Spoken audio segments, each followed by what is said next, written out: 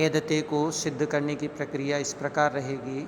सबसे पहले हम एद वृद्धौ धातु लेंगे और उस धातु से वर्तमान काल की विवक्षा में वर्तमाने लट सूत्र से लट प्रत्यय करते हैं। एद प्लस लट इस स्थिति में अनुबंध लोप किया जाता है और केवल ल यह शेष रहता है। तो स्थिति एद प्लस ल। अब अनुदात ङित आत्मनेपदम इस सूत्र की सहायता से प्रथम पुरुष एक वचन की विवक्षा में टिप्तस झी वाले सूत्र से लकार के स्थान पर त प्रत्यय कर दिया जाता है। एद प्लस त।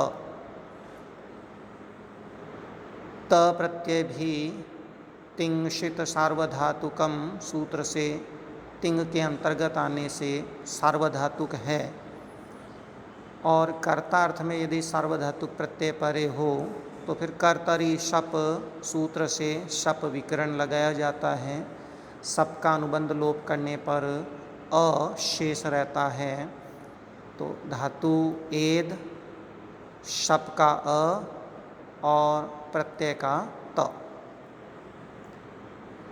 टित आत्मनेपदानाम टेरे इस सूत्र से एत्व किया जाता है, यानी आत्मनेपद के प्रत्यय की जो टी है, यहाँ प्रत्यय त है और उसकी टी है अ।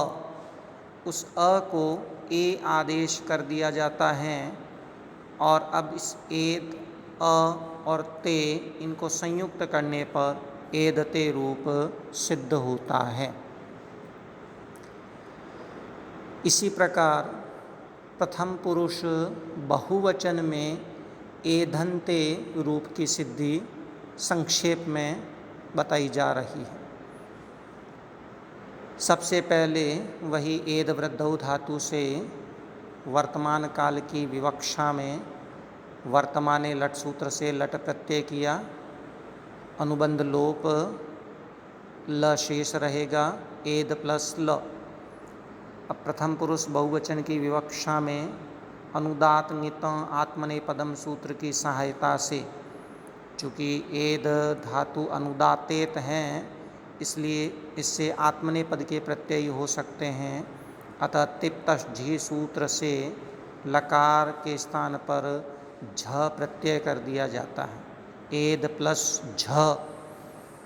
झोअन्तः सूत्र से झ को अंत आदेश किया जाता है। ध्यान रहे केवल झ प्रत्यय था, उसके झ हलंत झ को हलंत अंत आदेश किया गया है, अशेष रहेगा। एद अंत अ। झ यानी अंत, इसकी भी सार्वधातुक संज्ञा तिंग के अंतर्गत होने से सिद्ध है, तिंग सिद्ध सार्वधातुकम से। और कर्तार्थ में सार्वधातुक प्रत्यय परे हो तो कर्तरी शप से शप किया जाता है, अनुबंध लोप करने पर अशेष रहता है। एद अ अंत। टित आत्मनेपदानाम टेरे से टी को एत्व किया जाता है। तो अंत में टी है, अंत में आने वाला वर्ण अ, इसको एत्व करने पर बन जाता है रूप अन्ते। एद अ अन्ते।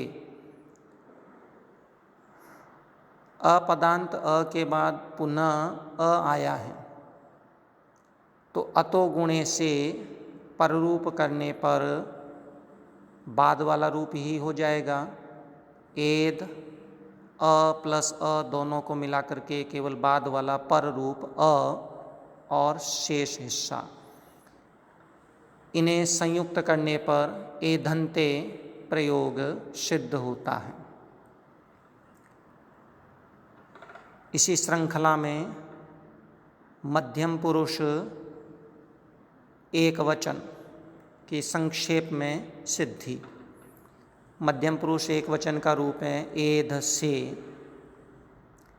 विशेष बात यहाँ यही है कि जो थास प्रत्यय लगाया जाना है उसे थास से आदेश कर दिया जाना है। शेष प्रक्रिया आप जानते हैं, जैसे एद धातु से वर्तमाने लट सूत्र से वर्तमान काल की विवक्षा में लट के अनुबंध लोप करने पर ल शेष, तो एद प्लस ल। अब लकार के स्थान पर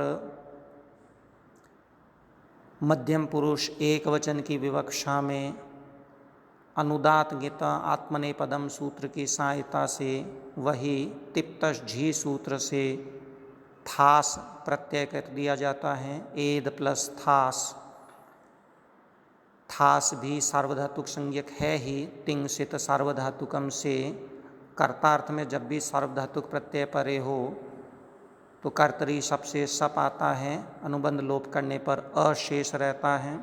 एद अ थास, थासह से इस सूत्र से तित लकार के थास को से आदेश कर दिया जाता है। हम लट लकार कर रहे हैं और लट लकार में ट है, ट की संज्ञा होती है, इसलिए टित लकार है। इस टित लकार के थास प्रत्यय को सीधा से आदेश कर दिया जाता है। एद अ से संयुक्त करने पर एद से प्रयोग सिद्ध होता है।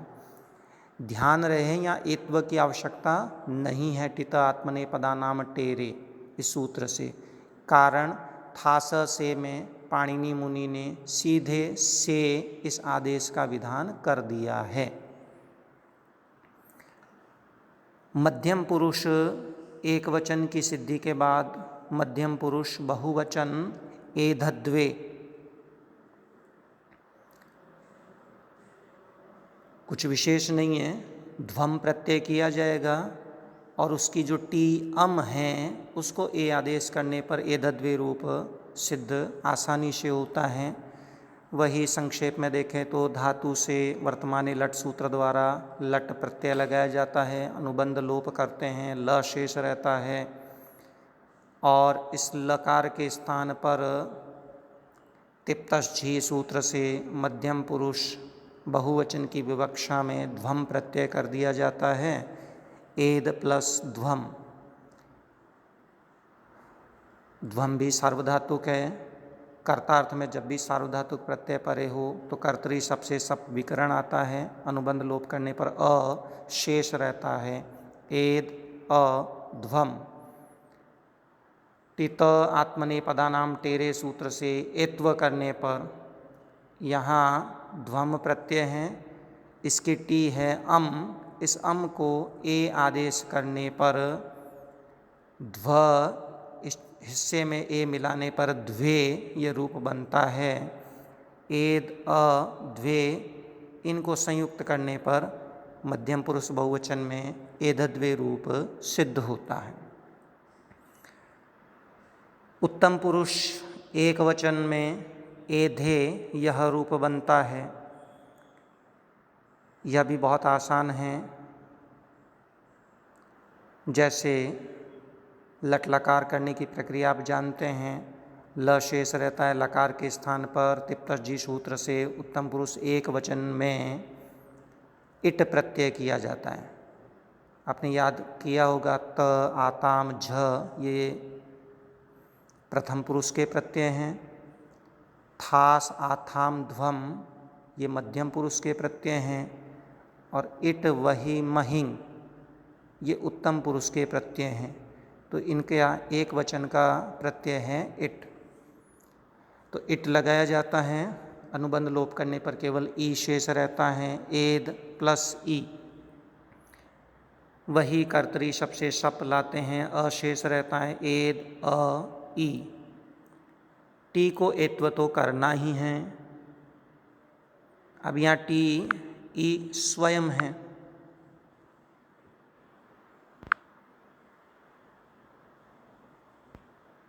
यहाँ टी ई ही है, इसी को हम एत्व करते हैं तो एद अ ए, वही अपदांत अ के बाद यदि गुण वर्ण आता है, तीन वर्ण गुण कहलाते हैं अ ए ओ, यहाँ ए आया है अत अतो गुणे से पर रूप यानी बाद वाला रूप लिया जाता है। अ प्लस ए दोनों में बाद वाला रूप है, दोनों के स्थान पर हो जाता है ए।